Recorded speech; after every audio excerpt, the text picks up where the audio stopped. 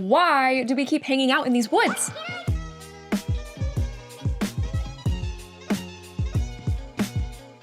Hey guys, welcome back. Today we are talking about What Lies in the Woods. This was our Book of the Month poll winner for January. First off, I want to thank everyone who voted. If you missed it, we'll be doing another poll when the February Book of the Month picks drop. This will probably be at the last week of January. So be sure to look out for that so that you can vote for what I do a spoiler talk on for the month of February. Now, back to What Lies in the Woods.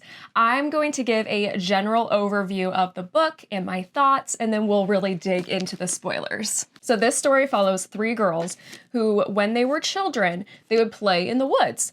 One day, when they were 11, one of them got attacked by a serial killer. She was stabbed 17 times and lived. The girls then testified and he was put away. Our story then starts 20-ish years later, and it's from the point of view of the victim, and we see how she's been coping all of these years later. She finds out that the killer has died in prison, and this starts resurfacing all of this trauma. And we learn that there are secrets that the girls have been keeping. The book was written in first-person point of view, which kind of did surprise me with it being a thriller. For some reason, I always associate first-person point of view with more like romance-type books, but it was interesting to be able to be inside of our narrator's head. And I loved the narrator. Her name is Naomi. She had this like sassy tone to her inner dialogue, and in like the way she spoke to people, she had a very like, I don't give a fuck attitude, and I loved that. And so because of that, the book had this very like gritty feel to it. And then there is one like strange side note that did kind of bother me specifically. The chapters weren't numbered at all, and that just kind of hurt my brain, but that's a personal preference. Overall, I thought this book was really entertaining. It was a solid thriller. Like I said, I liked the main character. She was prickly in a good way. All of the reveals weren't that shocking if you were really paying attention. There were clues everywhere, but I really enjoyed myself while reading it. What Lies in the Woods was worth the read. If you are looking for a Book of the Month add-on, I would definitely recommend it. So now let's get into the spoilers. So our main character, Naomi, decides to go back to her hometown after learning of the killer's death to reconnect with the other girls, Cass and Liv. Right away, it's pretty clear there is more to the story than the girls told everyone. We got some hints about something named Persephone, who at first I was like, maybe she's like a spirit or like someone who like is like the what of what lies in the woods. So for the two friends, we have Cass, who seems to be more of like the put together one, and then Liv, who tends to be the one who kind of is having like frequent mental breakdowns. So right away when Naomi is back in town, her, Cass, and Liv start having these like ominous conversations about Persephone, and Liv says that she's found her. And they talk about how they did something with someone's, Persephone's bones, and now they're thinking of telling everyone the truth. And when I say they're thinking of telling everyone the truth, it's more Liv being like, I need to tell everyone the truth, and Cass being like, shut up. So with Naomi being back in her small hometown, she's very easily recognizable because she has physical scars on her face and her body from the 17 stab wounds, but also it's a small town, and the author makes it very clear that, you know, everyone's in everybody else's business. So Naomi goes and visits her, I'm gonna say estranged father. If you've ever seen the show Hoarders, that's him. And then she also goes and, this is all just set up. She goes and she also runs into other characters in her past, and including this guy named Cody, who's Cass's brother's old friend, and he's actually the one who had found Naomi that day in the woods when everybody was searching for her. So her and Cody go to get drinks in like a friendly, let's catch up type of way.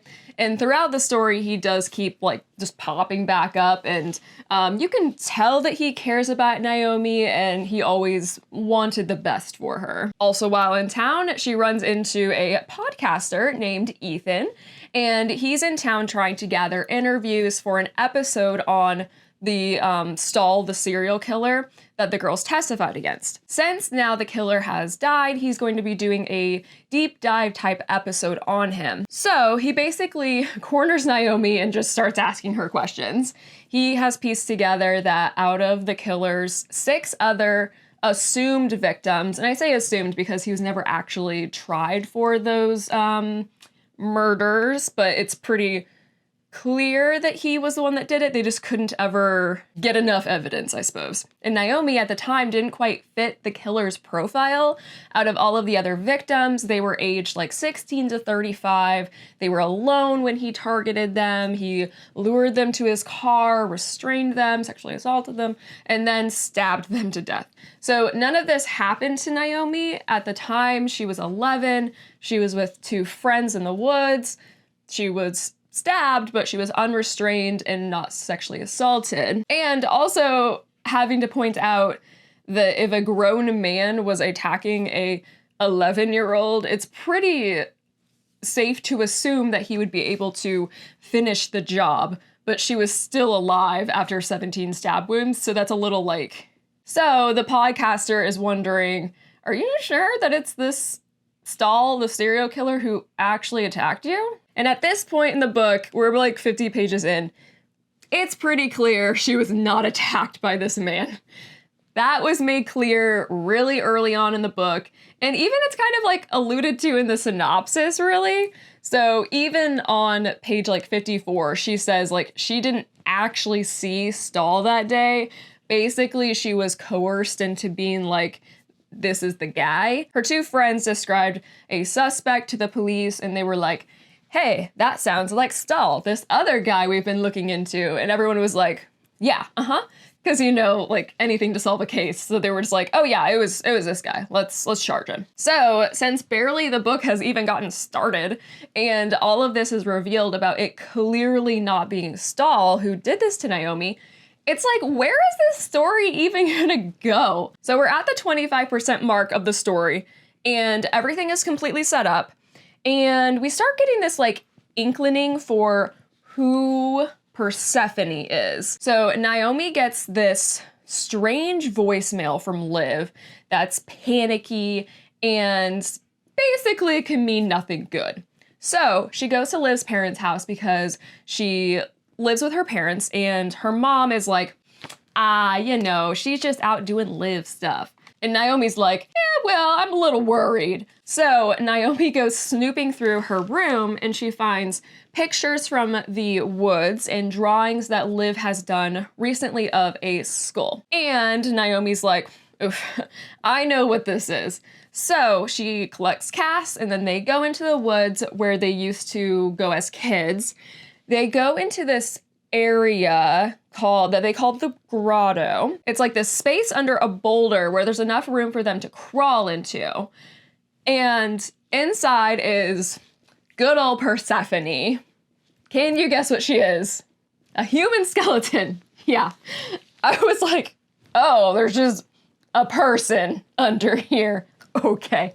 I was expecting this book to have more of like a paranormal type feel to it. I thought that Persephone was going to be like this spirit in the woods or something, but it's just some poor dead girl whose body was never found, except for by these children, whom they never told anybody about. So as children, they discovered this skeleton in this crevice. When she was found, all of her clothing and her flesh had rotted off, so all that remained was a skeleton. So there's really no saying how long she had been there, but when they found her on her wrist, she had a bracelet that said Persephone, so that's what they called her. And discovering a skeleton like in a hidden place made me think of the true crime story from the 40s of the woman in the witch elm. If you know that story, I could not get that out of my head like the whole time I was reading this. So this is where the book takes a turn that I was not expecting. Naomi and Cass are in the woods They're looking for Liv, and Cass falls and sprains her ankle, so she decides to go home and tend to her ankle, and Naomi continues her search for Liv, because she's obviously very worried about her. Then, out of nowhere in the woods, Ethan, the podcaster, just appears, and he said that he was driving by and he saw her car and he just decided to stop. And she's like, okay. But anyway, so they're going through the woods and they're looking for Liv, and they happen upon this pond. And this is where I was surprised that the book took this turn. Unfortunately, Liv is just lying dead in this pond. And I was like, we're killing off a main character already? Damn. Like, I was not expecting Liv to be killed out of this story so quickly, or at all, really. So Naomi's first thought is suicide, because Liv had an attempt before, but at the police station, she's told that Liv had a gunshot wound through the head, and they haven't found the gun. So it's unsure if it was self-inflicted or if there's foul play. There was also what seemed like a suicide note from Liv, though, that was discovered, so it's unclear exactly what happened. So my first thought is obviously foul play, because Liv kept saying that she found Persephone and would tell anybody who would listen. So at this point, the author is alluding that Liv may have found out the identity of the skeleton from when they were kids, and she wanted to tell people, but then someone may have killed her to prevent her from doing that. So now I'm discovering that it feels like the main point of the book is Persephone, and the focus of the book and like where all of the secrets seem to be stemming from are with that skeleton. I couldn't quite understand why the girls would keep the skeleton a secret. I don't know why they wouldn't have told people about it when they were kids. And at this point in the story, I couldn't figure out how it was connected to what had happened to Naomi. But it seems very clear that Cass really wants Naomi to just leave this all alone and to stop ruminating on the past, which also seemed a bit strange to me.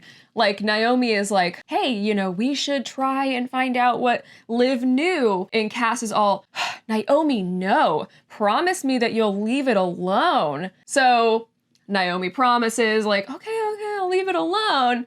And then naturally, she just starts to immediately look into it. With the help of our sexy podcaster, Ethan, who, by the way, Naomi has started sleeping with. Get it, girl? I was pleased to see a bit of romance in this book, even if it was a side note. So, through research, Naomi discovers that the skeleton was the body of a 19-year-old woman named Jessie Walker. Everyone assumed that she just left town, and then was never heard from again. But her niece, whose name was Persephone, had a blog regarding her disappearance, and she was in missing persons records. She supposedly left town in late August, and that timeline didn't match up with Stahl's timeline, so it's determined that he couldn't have killed her and then, you know, maybe went back to visit her body in the woods to relive a crime. So now Naomi's like, I really want to figure out what actually happened to Jessie. And at this point in the book, we're at about the 50% mark, and I was convinced that it was Oscar, Cass's older brother, who was the person that was behind all of it. But I kept thinking, like, that feels too apparent. So Oscar, Cass's older brother, is alluded to at this point a lot in the story. He was skeevy towards Naomi when they were kids. There were like many moments when like anytime Naomi referred to him, she would have this inner dialogue about him that was unfavorable. And we also know that Cody, Oscar's friend, who I mentioned earlier, he had protected Naomi from Oscar before. So I'm thinking, oh, it makes sense that Oscar killed Jessie because we learned that they were like involved. Then he attacked Naomi in the woods because she was close to where Jessie's body was. And then I figured, oh, you know, Cass knew that it was her brother and she's been covering for him all these years. And then Oscar knew that Liv discovered who the skeleton was and killed her to silence her. That was my theory for a lot of the book. So Naomi knows that she needs to talk to Oscar and see what he knows about Jessie and all of this. but she also doesn't want to talk to him because of their past. So instead, Naomi goes to the next best source and talks to Cass and is like, tell me everything that you remember about the day that I was attacked. So Naomi wants to know from Cass, like, was it 100% Stahl that you saw? And as it seems, her story isn't exactly straight. But at this point, I was thinking, like, you know, she was 11. This is like 20 years later. But it's pretty clear that she gave police a very vague description. And then one of the officers had a photo of Stahl on him and was like, is it this guy? And being a kid, we assume she's like, oh yeah, that's him. And then throughout the years, that's just the theory that everybody went with. So we have this kind of interesting middle portion of the book, or like kind of like an interlude, where all of these secrets are up in the air. But Naomi has to leave town for the weekend to go to do a wedding photo shoot because she's a photographer. While she's heading back to Seattle, it's obvious that she's being tailed by this rental car. And this is similar to a car that she kept seeing back in her hometown. It like just kind of like kept popping up out of nowhere. Like whenever she would be somewhere, she'd be like, it's the same car. So she thought this car has something to do potentially with Stahl's son, because earlier in the book, she had gotten this letter from him that was like, that she had received like, I don't know how long ago, but like it was at her dad's house. And then when she went back to visit him, he's like, there's your mail. So I don't know how long ago this letter got mailed to her, but in the letter, Stahl's son was like, I know you lied. So she's all skeeved out by that. But when she goes back to her hotel room, there's just this man in her room and he attacks her. And at this point in the book, I was like I didn't think that it was like very like thrilling or anything, but like when that happened, I was like, girl, like you're getting attacked. Are you okay? And I was very worried about her. But basically he stole her phone and then he fled. But she got like really like mangled up and like beat up during it. And I was like, okay. So after that happened, she drove back to her hometown to the hotel where Ethan was staying. And she's telling him about it. And he's like, okay, it's time to call the police and get them involved. And I was like, listen to Ethan. Why are you not involving the police in what is happening? Like you're doing all of this like detective work and stuff, and clearly it's not safe. But her inner dialogue does say that she feels like they got it wrong the first time when she was 11. And this time she wants to uncover as much as she can before going to them. So it's like, okay, well, that's up to you. So they decide to track her phone to figure out who took it, and its last known location was at this PI's office. So they determined that like it didn't seem like this person was purposefully trying to hurt her, even though he did. It just seemed like he was in her room, like snooping around and just got caught, basically. So moving on from that strange debacle. So the FBI are sniffing around, basically. Naomi talks to the FBI and then she goes talks to Oscar. The FBI, it seems like, are starting to ask more questions about Naomi's attack and kind of like trying to, like they're there because of Liv, but they're also asking questions about her attack that happened all those years ago. So at this point, it's like 70% through the book, and I was like, dang it, it's too soon for my guess to start coming out as right. I was convinced it was Oscar. I even went through and like at the 50% mark, I went back in the book and started marking all of the sections where she would like talk about, like allude to him from the past, because I was like, we're setting it up. It's Oscar. I know exactly where this story's going. But it's one of those things in like a mystery thriller when the other characters start suspecting someone as well. And it's pretty obvious that it's not gonna be that person. Dang it, I wanted to guess it. So Naomi goes and talks to Oscar because she wants to see his reaction when she tells him about the FBI asking questions about him.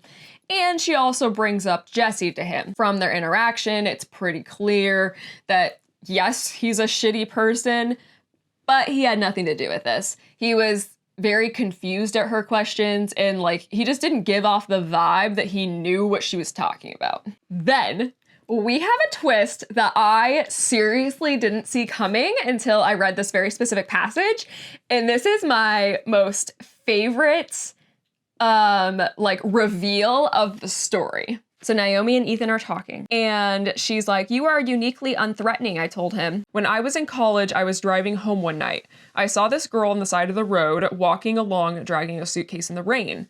I didn't really think about it. I just pulled over and offered her a ride. She got in. She said she usually wouldn't, but I had a good vibe." He looked up at me. "But did she trust me because I'm actually a good guy? Or is it something else about me that seems trustworthy, but didn't have anything to do with me, with my character? Stahl," he paused again, "Alan Michael Stahl convinced at least 6 women to get into his truck. They got in willingly. He seemed trustworthy. Lots of people said so. The kind of person you told your whole life story to. The kind of person you trusted on instinct." "You don't murder people, Ethan," I said, unsettled. His gaze stayed fixed on me, but it couldn't look away. "But I do use them, get them to tell me my secrets. Like you have," went unspoken. "Should I trust you, Ethan?" I asked him. "I want to be someone you can trust," he said. "It's not the same thing," I said, like a joke, not sure how to react. All he said was, "I know." And that is the moment I started having this feeling that Ethan was Stahl's son. And I was right. I actually got something right. I'm pretty excited about that. And it made total sense. Ethan never specifically said that he was working on this research about Stahl specifically for his podcast. He just said that he was a podcaster. And he seemed to know so much about anything that had to do with Stahl. And by the way, like, driving home from college, like, you immediately, like, were thinking about Stahl when you offered this woman a ride home. Like, why would that even be in the back of your mind unless you were his son? So this grand secret is revealed to the reader about 20 pages later. Naomi is at the wake for Liv's funeral, and Cass and her dad pull Naomi aside, and they give her the records for Ethan's name change. So she's obviously freaked out, but as the reader, like, I loved this twist. Like, how fucked up, right? The son of the serial killer is the guy Naomi has been sleeping with throughout the book, and she's the reason that he went to jail. Oh, and also, side note, the people who found this info for Cass's dad was the same company of the person who stole Naomi's phone from the hotel room. So remember that. So instead of going back to the hotel to keep staying with Ethan, Naomi goes back to Cass's house alone. While she's there, she does a little snooping, and in this box, she finds a photo of Cass's dad with Jesse. And this correlates with something that Oscar had said earlier.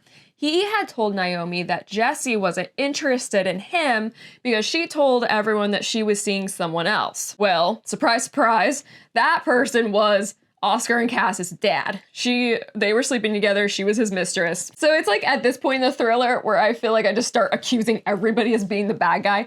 Immediately when like this was revealed, I was like, Cass's dad did it. Case closed. But then you look and you're like, why are there still 70 pages left in this book? Like, that can't be right. I solved it. But obviously the grand reveal is always within the last 10 to 20 pages. So I'm like, okay, well, my second guess having it be Cass's dad being the bad guy is obviously wrong too. So Naomi goes to see her dad. They have a conversation about the past and about donated money that was given to them after the attack. We learn it was all organized by Cass's dad, we assume. So Naomi's dad leaves for a bit, and then guess who pops up? Ethan! Even though we're supposed to be shocked and mad at him, I still felt like he was a likable character, and I couldn't help the fact that I was excited that he just popped back up again. And I actually thought, so they had a confrontation about her knowing who he really was.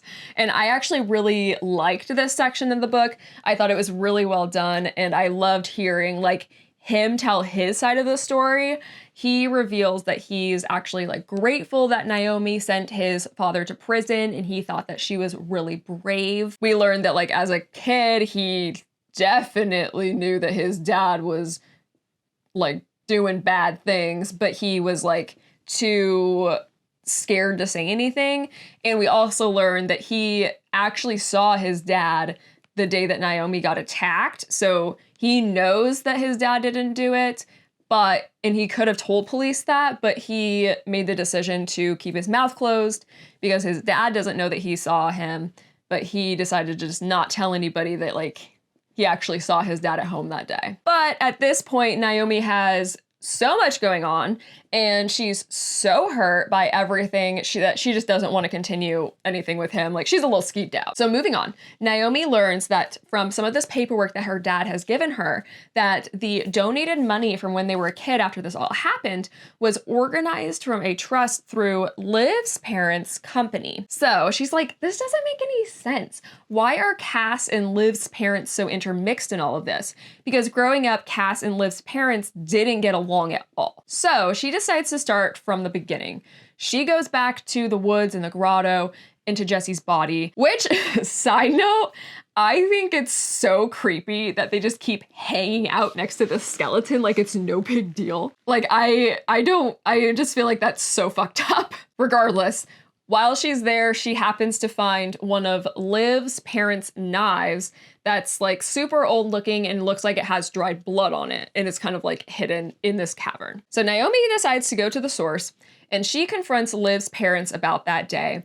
They tell her that Liv attacked Naomi during one of her delusions. And Liv's parents and Cass's parents decided to just let Stahl take the fall, as the police were already zeroing in on him. So now we're getting to the last, like I said, 20 to 10 pages left in the book.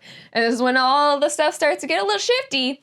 So now Naomi decides she's done with all the secrets and she needs to talk to the police. So she contacts Cody, and she tells him that she needs a lawyer. Can he help her find her one? So he's like, yeah, of course, let's meet. Of course. It tends to be the person that the author was trying to draw you away from the whole time. Cody's got some secrets, my friends. So Naomi dishes everything she knows about Jesse and Liv to Cody. And he's like, oh yeah, let me make some calls to some lawyers. You're gonna need a lawyer. While he's outside of the car making calls, Naomi opens up his glove box and there sits her stolen phone. So clearly Naomi starts getting a bad feeling. Why would Cody have the phone that was stolen? Which also, by the way, I don't really feel like we ever got like a good answer for why the private investigation like agency stole her phone. Like, I don't know like if they were like looking for like information on it or like what, but like I don't remember that being like explained very well. I don't know. I feel like the cell phone was a good way for her to like start feeling skeevy about Cody, but it didn't really like, I don't feel like it meshed very well with like the rest of the story. So anyway, Cody gets back into the car and he's like, okay, I made some calls, left some voicemails for some lawyers. They'll get back to me. And he's like, you should show me where Jesse's body is. I just want to say goodbye to her one last time. We were friends and I just never knew what happened to her. I would really like to see her body, before like the police like get involved and like, I'm not able to like say goodbye to her. And Naomi's like thinking to herself, like, should I try to get out of this car? Like, what's the best move here? Well, she stays in the car and he drives her to the woods and they start walking in the woods and he's like, where's Jesse's body? Where's Jesse's body? Where's Jesse's body? And at this point, it's not looking good for Naomi. Like, yeah, let's walk through the secluded woods with this guy who just starts acting shifty. And it's a bad sign for someone when the shifty person starts revealing their deep, dark secrets. Clearly that means you aren't leaving those woods knowing what you know. So Cody dishes that he and Jesse had gotten into an altercation in these woods all of those years ago. They were arguing about her relationship with Cass's dad. She started hitting him, so he shoved her, and she fell and hit her head on a rock real hard. And then, instead of him helping her, he left her.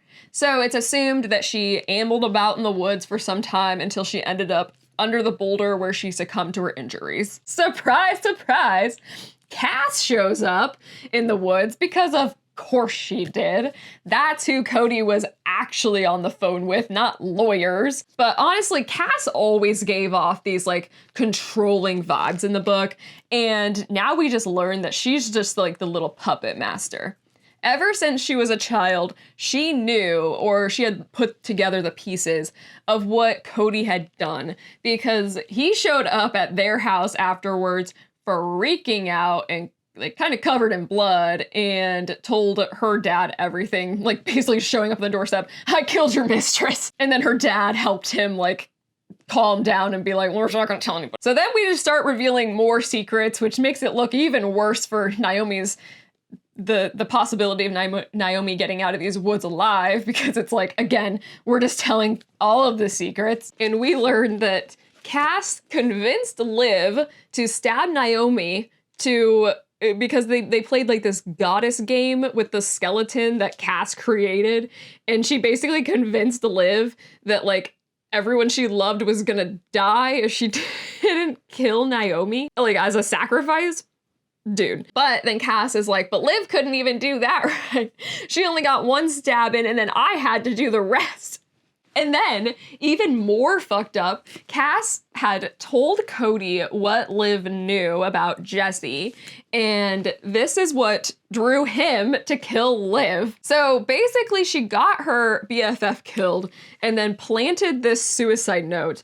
And the real reason Cass wanted Liv gone was because Liv wanted to tell everybody the truth about everything, including the fact that it was really them who had actually stabbed Naomi. And well, Cass couldn't have that, so Liv had to go. Which, by the way, back at the beginning when Naomi and Cass were in the woods looking for Liv, Cass knew the whole time that Liv was dead.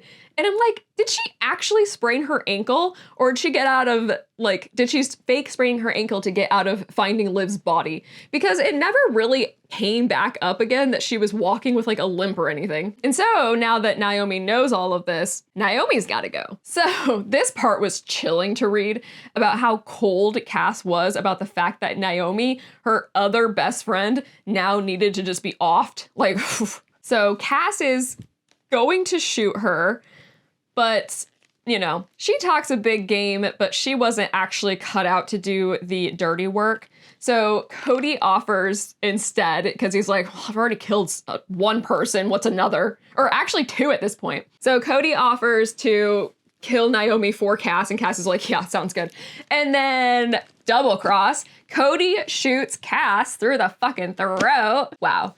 Naomi will have a chance to get away. That's great. Maybe Cody did that to help Naomi because, you know, Cass was convinced on killing her, and Cody's like, I don't want to kill Naomi. Dude, Cody delivered this line that just gave me chills. He closed his eyes, his breath plumbed in the air, and for a moment I could feel it. The fantasy shared between us, that we would walk out of here and everything would be okay. Then Cody shuddered and opened his eyes. I saw the moment the fantasy shattered, the moment he realized that he couldn't protect both me and himself, and he made his choice. Naomi, he said softly, I wish I didn't know what a liar you are. And at that point, Naomi's like, fuck. So Naomi starts running quite literally for her life. She gets shot in the stomach, and then she fights Cody off. The gun goes off, and she loses some fingers, but he gets shot in the leg, and then she gets away. She crawls into the cavern under the boulder, and she calls our boy Ethan. But she didn't actually tell him on the phone where she was. She was just telling him, like, oh, you need to tell everybody the truth, which I was yelling her about. I'm like, okay, you're bleeding out. Tell him where you are. But as it turns out, Liv's parents had actually called the police about Naomi after Naomi had left their house because they were worried about her safety. They were worried that she was like gonna hurt herself after learning that her whole life has been like a lie, basically. So, happy coincidence, the police are already on their way out to the woods to look for her, and Ethan had known where the boulder was, and then Cody ended up taking a plea deal. Boom, bam, Naomi now has 2 dead best friends, and all of the secrets are out in the open. So the last chapter is a bit of an like epilogue where we learn how things are kind of going for Naomi now, and honestly, I didn't love the last few pages. We learned that she didn't hear from Ethan at all during her recovery. And then the last few pages, he shows up to talk to her, and she's at her dad's house. And they're talking, and he says that he's working on a project regarding the crimes of his dad and how a big piece of it's missing. And he would like her to help him with it because her part of the story is really important for how everything turned out. And I'm just like, after all of that, you are still going to hit her back up to help you with your story. Like, basically, that's the same thing that he did when Naomi and him first met. And I just felt like the book just kind of ended with him being like, but you know, like, I didn't actually get a good interview with you, and I really need that interview. So I don't know, I'm romantic at heart, and so I really wanted like a happy ending where like they kissed and are like, I love you. Basically, they end it with being like, with him being like, I don't want to be your boyfriend, I don't really want to be your friend, I just want this story. But with that aside, I really did enjoy this book. I think that it was a really entertaining read. After finishing it, you like look back on everything that happened and like all of the signs were there for what had actually happened. And I didn't feel like there were any of these like big annoying plot holes that didn't make any sense with the ending or anything. Like, I really did think that it was a really well-weaved story. So of course, I am curious to know what you thought of the book. Please leave your comments below. Did you like it? Did you see the ending coming at all? Like, let me know. I'm so curious. But as for always, thank you so much for spending your time with me today. If you would like to subscribe, I would sure appreciate it. And we'll see you next time. Bye.